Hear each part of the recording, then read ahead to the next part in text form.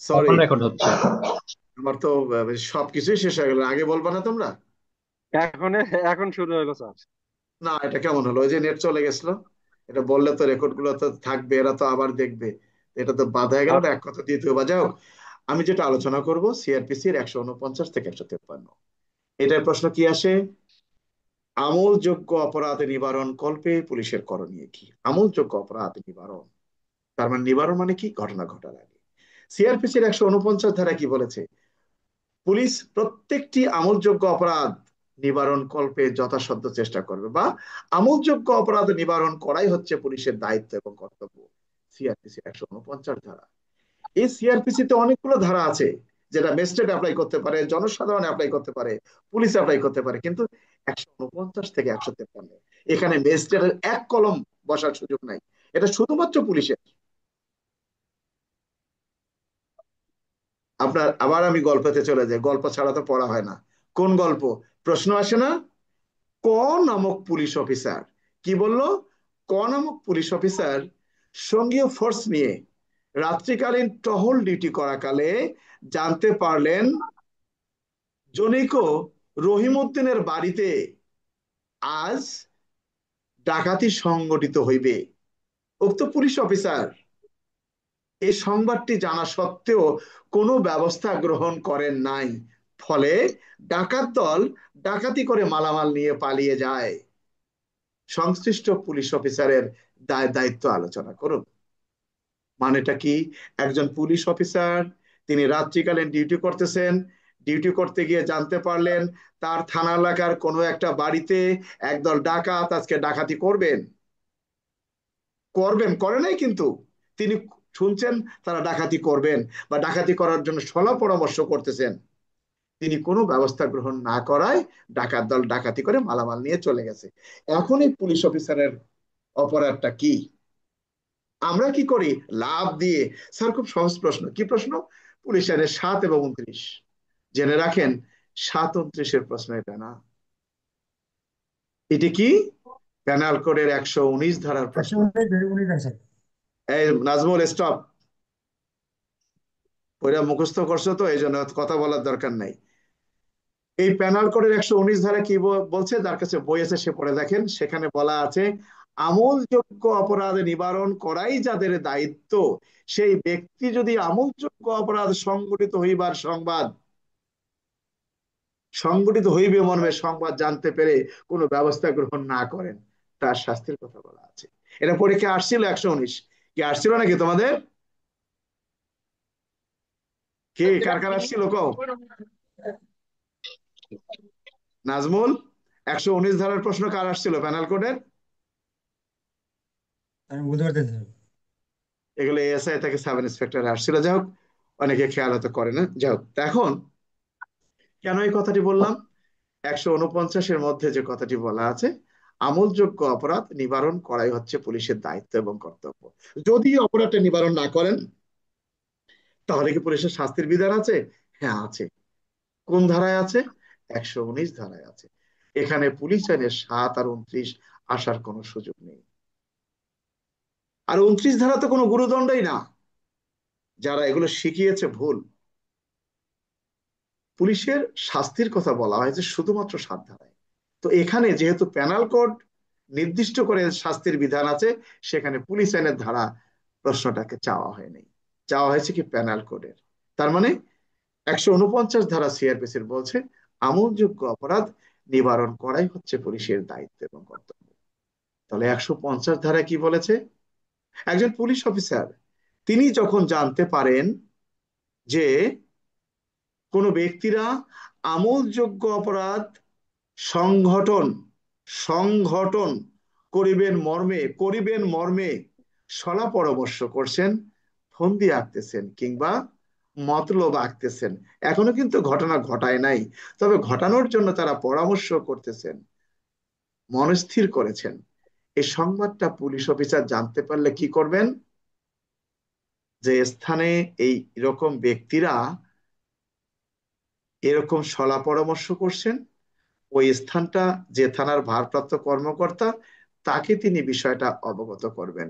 বই পড়ে বের করে দেখেন, অথবা তিনি যে থানার ভারপ্রাপ্ত কর্মকর্তার আওতায় তাকে বিষয়টা জানাবেন, প্রয়োজনে নিজেই প্রতিরোধমূলক ব্যবস্থা নেবেন। আমরা বলি না, এ তোমরা কারা এখানে 5-6 জন ঘুরতেছে, কোনো যাও এখান থেকে, আমরা বলি না? এটাই 150। তার মানে কি, অপরাধ যাতে সংগঠিত না হয়, এখানে কিন্তু অপরাধ ঘটার কথা বলা হয়নি, ঘটার আগে কি ব্যবস্থা নিলে আর ঘটবে না। আজকে সারা রাত পুলিশ এই মশা বৃষ্টির মধ্যে ডিউটি করতেছে, গরমের মধ্যে, 149 থেকে 153। এখন আমরা চলে আসি 100 কত ধারা, 151 ধারা। এখন 151 ধারাটা কি? আমলযোগ্য অপরাধ নিবারণ কল্পে পুলিশ কি বেআইনি, দুঃখিত, বিনা পরোয়ানায় গ্রেপ্তার করতে পারেন? বা আপনি থানা অথবা ফাঁড়ির ইনচার্জ, আপনি জানতে পারলেন আপনার থানা অথবা ফাঁড়ি এলাকায় কয়েকজন ব্যক্তি একটা অপরাধ করবেন মর্মে শলা পরামর্শ করতেছে, কোনো অবস্থাতেই তাদেরকে নিবারণ করা সম্ভব নয়, সেক্ষেত্রে আপনার করণীয় কি? আপনি তাকে বিনা পরোয়ানায় গ্রেপ্তার করতে পারবেন। এটা কিন্তু ঘটনা ঘটে গেলে বিনা পরোয়ানায় গ্রেপ্তারের কারণ নয়, ঘটনা ঘটার আগে। আপনার এলাকায় দুটি প্রতিদ্বন্দ্বী দল স্থাবর সম্পত্তি নিয়ে মারামারি হওয়ার সম্ভাবনা রয়েছে, সেখানে শান্তি শৃঙ্খলা ভঙ্গের সম্ভাবনাও রয়েছে। আপনি কি করবেন?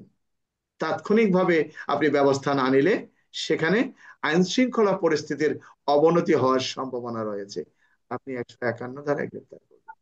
তার মানে কি, 150 ধারায় যাদের কথা বলা হয়েছে শলা পরামর্শ করতেছে, তাদেরকে যদি আপনি কোনোভাবেই সেখান থেকে সরিয়ে দিতে না পারেন, তাহলে এদের মতো ব্যক্তিদেরকে আপনি সিআরপিসির 151 ধারায় বিনা পরোয়ানায় গ্রেপ্তার করতে পারবেন। এরপরে আপনি চলে আসেন 152 ধারা।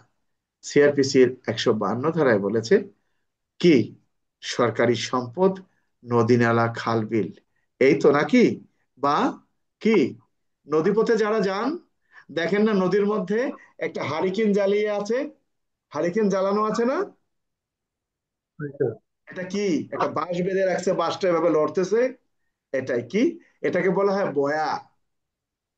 অর্থাৎ এই চিহ্ন দেখে নদীপথে লঞ্চ বা স্টিমার যাবে। এটা যদি কেউ ক্ষতি সাধনের চেষ্টা করে, পুলিশ সেটার ক্ষেত্রেও প্রতিরোধমূলক ব্যবস্থা গ্রহণ করতে পারবে। এরপরে আমরা চলে আসি সিআরপিসির 153 ধারা। 153 ধারায় কি বলেছে? থানার অফিসার ইনচার্জ তিনি যদি জানতে পারেন তার থানা এলাকায় ওজনে কম দেওয়ার উদ্দেশ্যে, এখনো বেরোয় নাই, ওজনে কম দেওয়ার উদ্দেশ্যে কোনো পরিমাপ যন্ত্র প্রস্তুত করে কোনো স্থানে রাখা হয়েছে, তাহলে এই পুলিশ অফিসার আহ, সেখানে বিনা পরোয়ানায় প্রবেশ করত, তল্লাশি করে এ সকল জিনিস তার হেফাজতে নিতে পারবেন। তার মানে আমলযোগ্য অপরাধ নিবারণ কল্পে পুলিশ ব্যবস্থা গ্রহণ করতে পারেন সিআরপিসি এর 149 থেকে 153। পিআরবি অনুযায়ী আমলযোগ্য অপরাধের কোনো অধিকার দেয়া হয় নাই। বিষয়টা বোঝা গেছে? কারো কোনো মন্তব্য আছে? উত্তর দিতে হবে। কারো কোনো মন্তব্য আচ্ছা। আছে? না স্যার, ঠিক আছে স্যার, আপনার কথা স্যার। আচ্ছা, এখন আমরা চলে আসি আমলযোগ্য অপরাধ, যেটা পরীক্ষার প্রশ্ন আসছে সেটাই কথা বলছি। আমলযোগ্য অপরাধ নিবারণ কল্পে থানার ইন্সপেক্টরের সাথে অফিসার ইনচার্জের কাজের পার্থক্য। এটা আবার কেমন প্রশ্ন হলো? আমলযোগ্য অপরাধ নিবারণ কল্পে থানার ইন্সপেক্টরের সাথে থানার অফিসার ইনচার্জের কাজের পার্থক্য। আমি কিন্তু কথা বলে গেছি, আপনারা কিন্তু বুঝতে পারেননি। সিআরপিসির 149 ধারায় যান, সেখানে বলা হয়েছে কোন পুলিশ অফিসার, 150 ধারায় যান কোন পুলিশ অফিসার, 151 ধারায় যান কোন পুলিশ অফিসার, 152 ধারায় যান কোন পুলিশ অফিসার, কিন্তু যখন 153-তে চলে আসবেন বলা হয়েছে থানার ভারপ্রাপ্ত কর্মকর্তা। তার মানে একজন কনস্টেবল সিআরপিসির 149 ধারা অনুযায়ী ব্যবস্থা গ্রহণ করতে পারবেন, এএসআই পারবেন, সাব ইন্সপেক্টর পারবেন, কিন্তু 153 ধারা ব্যবহার করতে পারবেন না। 153 ধারা ব্যবহার করতে গেলে ওই ব্যক্তিকে সংশ্লিষ্ট থানার অফিসার ইনচার্জ হতে হবে। তাহলে আমলযোগ্য অপরাধ নিবারণ কল্পে থানার ইন্সপেক্টরের সাথে কাজের পার্থক্য হলো সিআরপিসির 153 ধারা, অর্থাৎ অফিসার ইনচার্জ সিআরপিসির 149 থেকে 153 ধারা পর্যন্ত প্রয়োগ করতে পারবেন, কিন্তু থানার ইন্সপেক্টর যিনি তদন্ত আছেন বা অপারেশন আছেন বা একজন সাব ইন্সপেক্টর আছেন, তিনি 149 থেকে 152 ধারা পর্যন্ত ব্যবহার করতে পারবেন বা প্রয়োগ করতে পারবেন। তাহলে আমলযোগ্য অপরাধ নিবারণ কল্পে থানার ইন্সপেক্টরের সাথে অফিসার ইনচার্জ কাজের পার্থক্য শুধুমাত্র সিআরপিসির 153 ধারা। অনেকে লেখছে অফিসার ইনচার্জ এটা করতে পারে, ইন্সপেক্টর পারে না, এগুলো সম্পূর্ণ বোকাস, একে সম্পূর্ণ বোকাস। তাতে ভাল লাগলে আমার কথা শুনবা, আর না শুনলে মূল বই দেখো। কারণ সিআরপিসি তে একটা অধ্যায় আছে যেটা কিনা 13তম অধ্যায়। এই 13তম অধ্যায়ের সূচনা হয়েছে সিআরপিসির 149, শেষ হয়েছে 153। আর এই অধ্যায়টা হলো আমলযোগ্য অপরাধ নিবারণ কল্পে পুলিশি ব্যবস্থা। এই অধ্যায়টা শুধুমাত্র পুলিশের জন্য। যাই হোক, আমি যে বিষয়টা আলোচনা করলাম, এটা এই সম্পর্কে কারো কিছু বলার আছে? কথা বলতে হবে তো ভাই, স্যার। যারা দূর থেকে আসছো, কথা বলতে হবে তো। হবিগঞ্জ তো অনেক দূর, বাংলাদেশের শেষ প্রান্ত। কি কিছু বলার আছে কারো? না স্যার। তোমার বলার তো কিছু নেই, তুমি তো আগে মুখস্থ করছো। যা অন্য যারা শুনছে তারা তো মনে করতে পারে যে আমি আমি তাদেরকে মিস ইনফরমেশন দিচ্ছি, মানে ভুল তথ্য দিচ্ছি, তাদেরকে মনে হয় আমি আরো তারা আগেই ভালো ছিল, ওই শোনার চেয়ে না শোনায় ভালো ছিল, এটাই তো মনে হচ্ছে, তাই না? কি হবিগঞ্জের লোকজনের কি কথা শোনা যাবে না? কোনটা? কারো কিছু বলার আছে তোমাদের? মিউট করে পড়েন নাকি? সাউন্ড তো ওপেন করতে হবে, সবাই তো কথা বলার মতো তাদের সুযোগ আছে। কি কেউ কি কথা বলার সুযোগ নেই? আসাদুজ্জামান,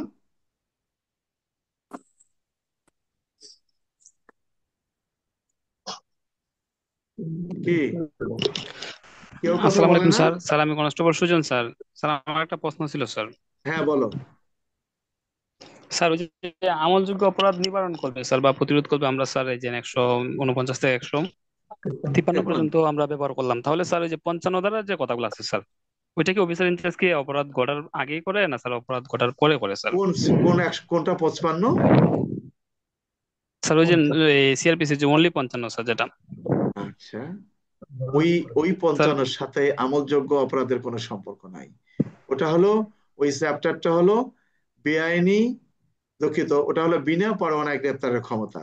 ওই বিনা পরোয়ানায় গ্রেপ্তারের ক্ষমতা তো ওইটা না, ওটা আমলযোগ্য অপরাধ না। ওখানে কি বলছে, একজন ব্যক্তি কি কাজ করে কেউ বলতে পারে না, কিন্তু বা হাটে হাটে বাজারে গিয়ে বাবুগুড়ি দেখায়, অর্থাৎ যার জীবিকা নির্বাহের কোনো কি পথ নেই, ভবঘুরের সন্দেহভাজন।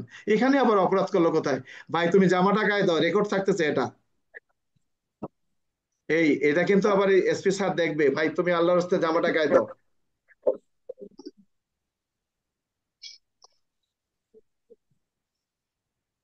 কথাটা কি বুঝতে আচ্ছা পারছো? স্যার। জি স্যার বুঝতে পারছি স্যার। তাহলে স্যার যে 55 ধারার প্রশ্নগুলো কিভাবে আসতে পারে স্যার, এটা যদি আচ্ছা, উদাহরণ দিতেন স্যার। সিআরপিসির 55 ধারা আমরা আগে শেষ করে তারপরে ফ্লোর দেবো, তখন আমরা আলোচনা করবো, আমাদের আলোচনা আছে তো আরো। তাহলে যদি কখনো প্রশ্ন আসে, যদি কখনো প্রশ্ন আসে যে আমলযোগ্য অপরাধ নিবারণ কল্পে পুলিশ কি ব্যবস্থা নিতে পারে, আমরা কোন কোন ধারা দেব? সাউন্ড ওপেন করে কথা বলো। ফারুক, আমরা কোন কোন ধারা দেব? 149 থেকে 152 পর্যন্ত স্যার। আমলযোগ্য অপরাধ নিবারণ কল্পে 149 থেকে 153। গুড, ভালো কথা। আর যদি প্রশ্ন আসে যে আমলযোগ্য অপরাধ নিবারণ কল্পে থানার ইন্সপেক্টরের সাথে থানার অফিসার ইনচার্জের কাজের পার্থক্য, কোন ধারা দেব? থানার তাহলে স্যার ওই ইন্সপেক্টর। নাজমুল সকলের বাবা, ক্ষেত্রে তুমি দিব, একটু অফ থাকো না বাবা। সকলের ক্ষেত্রে দিব 149 থেকে 152 পর্যন্ত, আর অফিসার ইনচার্জের দিব 149 থেকে 153 না, পর্যন্ত। আমলযোগ্য অপরাধ নিবারণ কল্পে পুলিশ কি ব্যবস্থা নিতে পারে? অফিসার ইনচার্জ তো পুলিশ। না, সেটাই 149 কিন্তু থেকে তো একজন সাব 153 ইন্সপেক্টর কি পর্যন্ত। ব্যবস্থা নিতে পারে? 152 পর্যন্ত। আপনি সাব 152 পর্যন্ত। ইন্সপেক্টর, পুলিশ সুপার আপনার থানায় পরিদর্শনে এসে আপনার সাথে আলোচনা করলেন যে আপনার থানা এলাকায় অপরাধ প্রবণতা বৃদ্ধি পেয়েছে, এই অপরাধ যাতে সংগঠিত হতে না পারে সে লক্ষ্যে আপনি কি ব্যবস্থা নেবেন? ওই আপনি 2টা কনস্টেবল বাড়াই দেবেন না, এই 149 থেকে 152 52 পর্যন্ত পর্যন্ত। আপনি ব্যবস্থা নেবেন। বিষয়টা ক্লিয়ার? কারো কোনো জি মন্তব্য স্যার। আছে? এখানে কোনো পিআরবি আসবে না, পিআরবির প্রশ্ন না, এটা এটা টোটালি সিআরপিসির প্রশ্ন। আমাদের সমস্যাটা কি? এর আগে মানে আমরা স্যার একটা প্রশ্ন এরকম বলছিলেন যে, এর আগে স্যার একটা প্রশ্ন এরকম বলছিলেন যে আপনি একজন সাব ইন্সপেক্টর, নতুন কোতোয়ালি থানায় জয়েন করছেন, অফিসার ইনচার্জ নির্দেশ দিলেন যে আমলযোগ্য অপরাধ ইয়েস, নিবারণের জন্য আপনি একটা একজন সাব সুপারিশমালা তৈরি ইন্সপেক্টর। করুন। মানে কথাটা হলো এরকম যে, যেমন ইন্সপেক্টরশিপে প্রশ্ন আসে, তাদের ক্লাসে আমি দেখছিলাম, তাদের সাথে কথা বলছিলাম যে আপনি থানার অফিসার ইনচার্জ হিসেবে সদ্য যোগদান করেছেন, আপনার সদস্যগণ আপনাকে জানায় তার থানা এলাকার বিভিন্ন স্থানে অপরাধ প্রবণতা বৃদ্ধি পেয়েছে, এ লক্ষ্যে আপনার করণীয় কি? তাহলে মনে করতে হবে অফিসার ইনচার্জের করণীয় মানে পিআরবি 205। আর যদি প্রশ্ন চলে আসে, আর যদি প্রশ্ন আসে যে অফিসার ইনচার্জ আপনাদের সাথে সকল সাব ইন্সপেক্টরের সাথে মতামত মত বিনিময় করলেন, তিনি জানান তার থানা এলাকায় অপরাধ বৃদ্ধি পেয়েছে, এ লক্ষ্যে আপনি সাব ইন্সপেক্টর হিসেবে কি ব্যবস্থা গ্রহণ করবেন? তার মানে এই নয় যে আমি কমিউনিটি পুলিশিং করব, ওই ওপেন হাউস দিয়ে করব, অমুকের বাড়িতে যাব, স্কুলে গিয়ে ঘুরে থাকবো, তা কিন্তু না। আইন আছে। আইনটা হলো এই আমলযোগ্য অপরাধ নিবারণ কল্পে যে সকল ব্যবস্থা গ্রহণের কথা বলা হয়েছে আমি সেটাই করব, 149 থেকে 152 পর্যন্ত। বিষয়টি ক্লিয়ার, ফারুক? জি স্যার। এই যে স্যার গতকালকে একটা যেগুলো প্রশ্ন ছিল আলোচনা স্যার। করছে এদের সাথে আলোচনা না করলে এরা হয়তো আবার ভুল কিছু ভুল মনে করবে। যেমন পরীক্ষার প্রশ্ন আসে, কুখ্যাত সন্ত্রাসী, কুখ্যাত সন্ত্রাসী কানা বাবুল হত্যা মামলায় গ্রেপ্তার হয়েছে, তার আইনগত অধিকারগুলো আলোচনা করুন। আপনি 50টা ধারা দিচ্ছেন, অর্থাৎ গ্রেপ্তারকৃত আসামির আইনগত অধিকার, এটা কোনো আইনে নাই। আছে কোথায়? সংবিধানে। সংবিধানের 33 অনুচ্ছেদের উত্তর। আর সেখানে আপনি 50টা ধারা দিয়ে দিচ্ছেন। আপনি একটা বড় পড়ে দেখলেন না যে তার আইনগত অধিকার যতগুলো আইন আছে তার মধ্যে সর্ব ক্ষমতাধর আইন কোনটা? সংবিধান। কি? তো যেখানে জি স্যার। সংবিধানে উল্লেখ করা আছে আপনি কিভাবে দিবেন তার এতটুকু জায়গা লাগবে, এ লাগবে, ও লাগবে? তার মানে কি আমরা মূলটাকে পড়ি না। কিছু কিছু প্রশ্ন এই পরীক্ষার্থীদেরকে ভুল পথে নিয়ে যাওয়া হয়েছে, আমরা ভুলটা পড়বো না, সঠিকটা পড়বো। যদি আমার কথা বিশ্বাস না হয় সাথে সাথেই ধারা লিখে রাখো, যখন সময় পাবা বাবা বইটা দেখবা। যেমন আমরা যদি এখন চলে আসি সিআরপিসির 154 ধারায়, কি বলা আছে? এজাহার কয় প্রকার? এজাহার নাকি বলে 3 প্রকার না 4 প্রকার, কিসে বলে সুমোটো এজাহার, কিসের বলে প্লেন পেপার এজাহার, ইত্যাদি বুঝি না। একটা লোক থানায় কয় ভাবে অভিযোগ দিতে পারে? মৌখিক বা লিখিত। লিখিত আকারে। সিআরপিসির 154 ধারা সেখানে কি বলেছে? একজন ব্যক্তি আমলযোগ্য অপরাধ সংক্রান্তে থানায় অভিযোগ দিতে পারেন মুখে বা লিখিত আকারে। সে যেভাবেই দিক, পুলিশ অফিসার তা লিখিত লিখিয়া লইবেন, কারণ পুলিশ অফিসারের কাম লিখিয়া নেওয়া। একজন গিয়ে বলল যে স্যার এইভাবে এইভাবে ঘটনা ঘটছে, আমার মোটরসাইকেলটা তো চুরি করে নিয়ে গেছে। আর ডিউটি অফিসার বললো হ্যাঁ শুনছি। আবার ডিউটি অফিসার বললো এই এরকম ঘটনা করে, স্যার শুনছি। তার মানে কেউ লিখলো না। আগে ভালো করে পড়ো কি বলছে। আমলযোগ্য অপরাধ থানায় যাওয়া মাত্রই সেটি মৌখিকভাবে দিক বা লিখিত আকারিক, পুলিশ তাহা লিখিয়া লইবেন। কথাটা কি ঠিক আছে? ঠিক আছে স্যার। আচ্ছা, এখন কথা হলো যে এজাহার কাকে বলে? এজাহার, এজাহারটা কি? এজাহার কি এরকম, স্যার আমি অমুককে ভালোবাসি, ওর সাথে বিয়ে করতে চাই, কি বলে যে আমার সাথে সে চিট করেছে, আকুল আবেদন, আমার একটা প্রার্থনা, আমার একটা নিবেদন, কি আমি ক্ষতিগ্রস্ত ব্যক্তি। এখন এই 154তে বলেছে আমলযোগ্য অপরাধ সংক্রান্তে থানায় যে প্রথম সংবাদটি আসে এটাই এজাহার। এখন আমরা কথা প্রসঙ্গে বলি, স্যার এই যে পিআরবি দিচ্ছি না, এটা কি আমাদের অপরাধ না? আসলে এই 154 সাথে পিআরবি 243 একেবারে ওতপ্রোতভাবে জড়িত, কেউ কাউকে ছাড়া চলতে পারে না। এখন পুলিশ কি আমলযোগ্য অপরাধের সংবাদ প্রাপ্তির পর মামলা গ্রহণে অনীহা প্রকাশ করতে পারেন? 154 পিআরবি 243 বলছে যে পুলিশের এটা কোনো সুযোগ নেই। যদিও থানা কর্তৃপক্ষ লিখিত দিলে পকেটে নিয়ে 1 সপ্তাহ ঘোরেন না, 6 মাস 1 বছরও ঘোরেন, মামলা নিচ্ছেন না, এটা আইনে কিন্তু বলেনি। বলছে আমলযোগ্য অপরাধ সংবাদ পাওয়া মাত্রই আপনি লিপিবদ্ধ করতে বাধ্য। আমাদের আইনের কিছু বিষয় আছে, কেন আজকে আমাদের এই পরিস্থিতি আমরা নিজেরাই জানি না। কারণটা কি? অপরাধ সংগঠিত হয়েছে, মামলা নিবেন, আপনি তদন্তে যাবেন কি যাবেন না সেটা আপনার এখতিয়ার, সেটার জন্য কাউকে জবাব দিতে হবে না। আপনি জানেন না আমাদের হাজার হাজার পুলিশ সদস্যের নামে হত্যা মামলা আছে, অনেককে কিন্তু গ্রেপ্তার করতেছে না, এটার জন্য তাকে জবাব দিতে হবে না। আবার অনেককে গ্রেপ্তার করতেছে, কারণ সিআরপিসির 157 ধারায় কিন্তু বলা হয়েছে পুলিশ কোন মামলা তদন্ত থেকে বিরত থাকবেন কি থাকবেন না পুলিশের বিষয়। কিন্তু পুলিশ আমল সরি পুলিশ আমলযোগ্য অপরাধের সংবাদ পেলে এজাহার হিসেবে গণ্য করতে বাধ্য। এখন আমরা আসি, টেলিফোনে প্রাপ্ত সংবাদ কি এজাহার হিসেবে গণ্য করা যায়? যদিও এটা পিআরবি 243-এর প্রশ্ন, কিন্তু 154-এর সাথেই রিলেটেড। টেলিফোনে প্রাপ্ত সংবাদ কি এজাহার হিসেবে গণ্য করা যায় ফারুক? না স্যার। না স্যার, যায় না স্যার।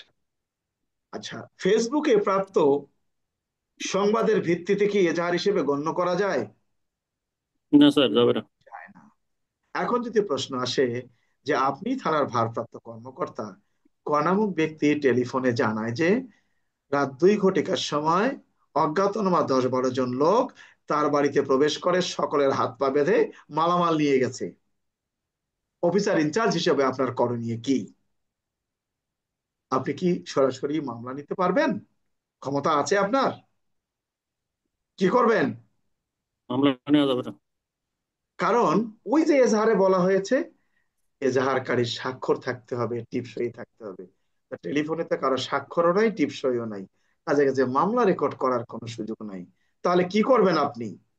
আপনি ঘটনার সারসংক্ষেপ জেনারেল ডায়েরিতে নোট করে রাখবেন, একজন কর্মকর্তাকে সেখানে পাঠাবেন, অর্থাৎ একজন পুলিশ সদস্য পাঠাবেন, সাব ইন্সপেক্টরকে পাঠালেন কিংবা এএসআই কে পাঠালেন, তিনি গিয়ে ঘটনার সত্যতা যদি পান তাহলে ওই সংক্রান্তে ক্ষতিগ্রস্ত ব্যক্তি বা তার পরিবারকে থানায় এসে অভিযোগ দায়ের করার জন্য অনুরোধ করবেন। যদি তারা না আসেন তাহলে যে অফিসার প্রথম সেখানে গিয়েছিলেন তিনি থানায় নিয়মিত মামলা রুজুর জন্য থানার অফিসার ইনচার্জ বরাবরে লিখিত দিবেন। আমার কথা কি বোঝা গেছে? তারপরে আপনি মামলা রেকর্ড করবেন, অন্যথায় মামলা রেকর্ড করার কোনো সুযোগ নাই। আমার কথা বোঝা গেছে? জি কি স্যার। শোনা যাচ্ছে আমার কথা? জি জি স্যার, স্যার। শোনা যাচ্ছে স্যার। এখন যদি স্যার, প্রশ্ন আসে ফেসবুকে বা অনলাইনে প্রকাশিত সংবাদের ভিত্তিতে কি এজাহার গ্রহণ করা যায়? না, যায় না। তবে অফিসার ইনচার্জ এর সত্যতা যাচাইয়ের জন্য একজন পুলিশ সদস্যকে দায়িত্ব দিতে পারেন। কথাটা কি বোঝা গেছে? জি স্যার। জি স্যার, বোঝা যাচ্ছে স্যার। আচ্ছা, আমরা এখানে চলে আসি, এজাহার কি পরিবর্তন করা যায়? যায় নাকি? না আমরা স্যার, লিখবো একবার না লিপিবদ্ধ স্যার। করে সিআরপিসির পরিবর্তন করা 154 যায় না। এবং এর পিআরবি 243 243 যদি পর্যাপ্ত। পর্যালোচনা করে দেখা যায় কোন অবস্থাতেই এজাহার পরিবর্তন করা যায় না। কিন্তু যদি প্রশ্ন আসে যে এজাহারের কোনো অংশ বাদ পড়লে পরবর্তীতে করণীয় কি, যদি এরকম প্রশ্ন আসে আপনি কি করবেন? আপনার কাজ হবে এই বিষয়টি সংক্রান্তে জেনারেল ডায়েরিভুক্ত করা এবং ওই মামলা তদন্তকারী কর্মকর্তা যিনি তার নামে এই কাগজটি হাওলা করা। তারপর তিনি ওই বিষয়গুলো কেস ডায়েরির মাধ্যমে তার মামলার সাথে সম্পৃক্ত করার ব্যবস্থা গ্রহণ করবেন। যাই হোক, আমরা এটা আলোচনাটা বুঝলাম, সংক্ষেপে আমরা আলোচনা করতেছি কারণ অনেকগুলো আলোচনা করতে হবে। আচ্ছা, 155 ধারা পরীক্ষায় আসছিল, নন এফআইআর মামলা তদন্তের পদ্ধতি আলোচনা করুন। নন এফআইআর, যেটা কিনা এফআইআর আমলের হিসেবে গণ্য করা অযোগ্য। হয় নাই। আবার কি বলছে, যে সকল অপরাধ সংক্রান্তে নিয়মিত মামলা রুজু করার অধিকার নেই সে সমস্ত ঘটনা পুলিশ কি ব্যবস্থা গ্রহণ করবেন। যে সমস্ত ঘটনা সংক্রান্তে নিয়মিত মামলা রুজু করার পুলিশের অধিকার নেই সে সমস্ত ঘটনা সংক্রান্তে পুলিশ কি করবেন। কত ধারা? সিআরপিসির 155 ধারা। আবার প্রশ্ন আসে, আমলের অযোগ্য অপরাধ প্রাপ্ত হলে পুলিশের করণীয় কি। 155 ধারা, আমলের অযোগ্য অপরাধ তদন্তের পদ্ধতি আলোচনা করুন। আমলের অযোগ্য এমন একটি বিষয়। আবার প্রশ্ন এখানে চলে আসে, যে বিষয়টা হলো যে পুলিশ কি, যেটা এমসিকিউতে আসছিল, পুলিশ কি ম্যাজিস্ট্রেটের অনুমতি ছাড়াই মামলা তদন্ত করতে পারেন? যদি পারেন তাহলে কখন? এটা কত ধারা?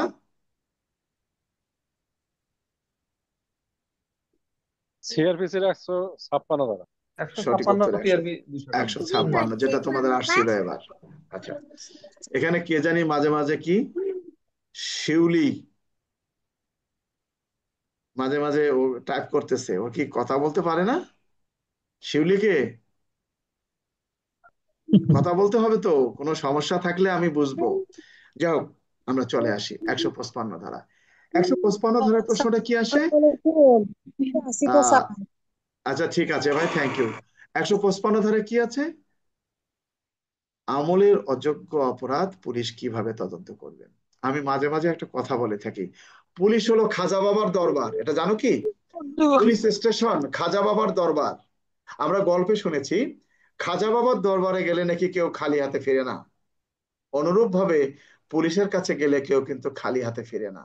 ঘটনা হলো, পুলিশের কাছে যখন কোনো ব্যক্তি অভিযোগ নিয়ে যান, পুলিশ অফিসার অভিযোগখানা পর্যালোচনা করে দেখেন।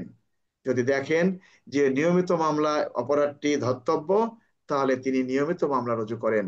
আর যদি দেখেন অপরাধটি অধর্তব্য, তাহলে জেনারেল ডায়েরিভুক্ত করেন। তার মানে পুলিশের কাছে গেলে কোনো ব্যক্তি কোনো কাগজ নিয়ে খালি হাতে ফিরতে পারবেন না, অর্থাৎ কোনো কাগজেই পুলিশ ফেরত দিতে পারবেন না, এটা আইনের ভাষ্য। এই জন্য বলা হয়ে থাকে খাজা বাবার দরবার। একটা কথা মনে হলো, গাজী শামসুর রহমান, শ্রদ্ধেয় গাজী শামসুর রহমান সাহেব বলেছিলেন, ম্যালেরিয়া হলে পরে কুইনান খেতে হয়। ম্যালেরিয়া হলে পরে কুইনান খায় না, যাতে ম্যালেরিয়া না হয় এজন্য ডোবা নালা, অর্থাৎ এই মশার থেকে তো ম্যালেরিয়া সৃষ্টি হয়। এটা কোথায় হয়? কচুরি পানা, ডোবা নালা, খাল বিল, ঝাড় জঙ্গল থেকে তো তৈরি হয় নাকি। তা বলছে এগুলো পরিষ্কার রাখতে হয়, বলছে যাতে ম্যালেরিয়া না হয় সেজন্য ডোবা নালা খাল বিল পরিষ্কার রাখতে হয়। অনুরূপ ভাবে সিআরপিসির একটি অধ্যায় 149 থেকে 153, অর্থাৎ এ ব্যবস্থা গ্রহণ করলে ম্যালেরিয়ার কথার উদাহরণ দেওয়া হয়েছে, কোনো অপরাধ সংগঠিত হইবার কোনো সুযোগ নাই। ওই জন্যই তিনি একটা কথা বলেছেন একটা ভাষ্যতে, যে পুলিশ তো খাজা বাবার দরবার। বিভিন্ন কথার সময় কথাগুলো এসছে, খাজা বাবার দরবার এ কারণেই পুলিশ কখনোই কোনো অবস্থাতেই কোনো অপরাধ সংক্রান্তে ব্যবস্থা না নিয়ে বসে থাকতে পারেন না। যদি অপরাধটি হয় ধর্তব্য, মামলা রেকর্ড করবেন। যদি অপরাধটি হয় অধর্তব্য, জেনারেল ডায়েরিভুক্ত করবেন। আমার কথা কি বুঝতে পারছো তোমরা? আবার খাজা বাবা বললাম তাই বলে কিছু মনে করো না, এটা বাস্তব, এটা উদাহরণ দিতে হয়। এখন আমরা যেটা বললাম, তাহলে যে সকল ঘটনা এজাহার হিসেবে গণ্য করা হয় না সে সকল ঘটনার ক্ষেত্রে করণীয় কি। তাহলে কোন ধারা আমরা বুঝবো ফারুক?